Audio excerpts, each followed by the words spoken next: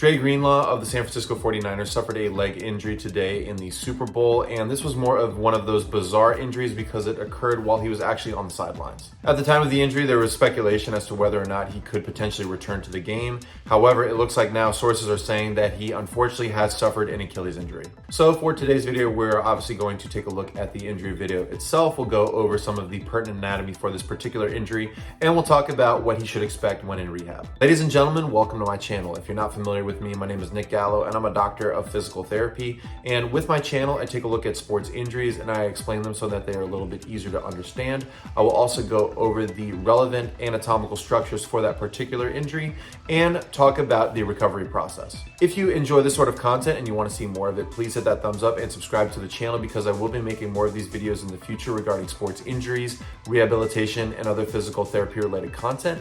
Also, if you have any comments or questions, please leave those in the comment section below. So let's take a look at the injury video. Here we see Greenlaw is hopping up and down on the sidelines, ready to go back into the game. Then he's going to extend his left leg backwards and plant that left foot into the turf. After this is when he's going to fall in obvious pain, grabbing that left lower leg area. Here I have a model of the foot and ankle, and so it's important to know that that Achilles tendon is essentially made up of three big muscles that are located on the back of the lower leg, also known as the calf area. The first muscle is that gastrocnemius muscle. It's that big beefy muscle that's located here that we often associate with as being the calf. Then right under that, we have a muscle known as the soleus muscle, which is slightly deeper.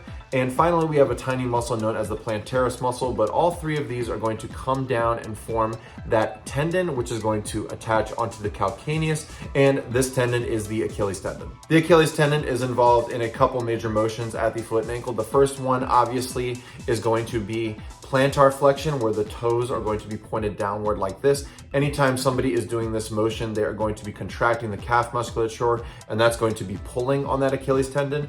The opposite is known as dorsiflexion, where the toes are coming up this way. This is going to be stretching all of those calf musculature, and then it's also going to be stretching that Achilles tendon as well. Usually when people are doing plantar flexion and putting a lot of force through that Achilles tendon, they're going to be doing things such as hopping, cutting, anything along those lines. And unfortunately, sometimes if it is too much for that Achilles tendon, it can lead to an Achilles injury. And that's what we see in this video. We see that he is hopping fairly normally, but then as he extends backwards, that's going to be a lot of dorsiflexion going through that foot and ankle, and it looks like it's just too much for the tissue. So unfortunately, this is a fairly common mechanism that we see for this particular injury. A lot of times what we'll also see is as we zoom in on the injury video, we'll see what looks like a recoil effect go up through the calf sometimes.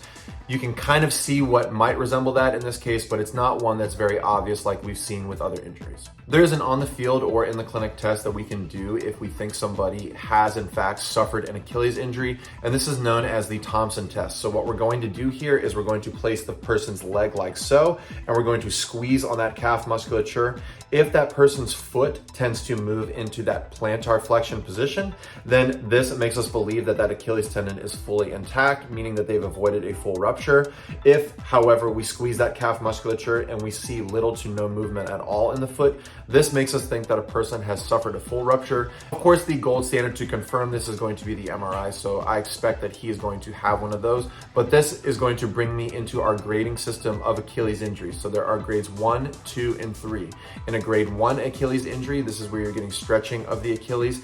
In a grade 2, this is where you're going to be getting partial tearing. And finally, in a grade 3, this is where you're going to be getting a full rupture. As of right now, we don't know the particular grade for the Achilles injury in this case. However, because he had to be carted off of the field and it doesn't look like he's going to be returning, it looks like as of right now, it is not looking good, unfortunately.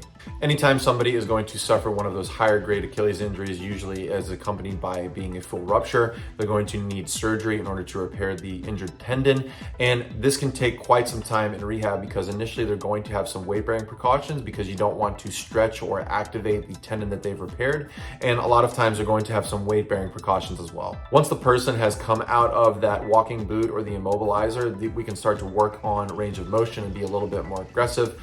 This, of course, has to be accompanied by good follow-up visits with the surgeon so we can get clearance to start pushing them once they come to physical therapy. The recovery process can be quite long in this case, unfortunately, because usually we can start to work in sport-specific movements at the 6+ month mark. So we're gonna need to wait and see when we get the exact results of the severity of the injury to provide an accurate timetable for his recovery. As soon as I hear an update regarding Greenlaw's case, I'll be sure to update everybody in the comment section. Also, if you happen to hear anything, please feel free to update me as well. So we wish Dre Greenlaw the best of luck moving forward in terms of his recovery. If you enjoy this sort of video, I'm going to go ahead and link another one of my playlists so that you can watch some of the videos that I've talked about injuries in the past.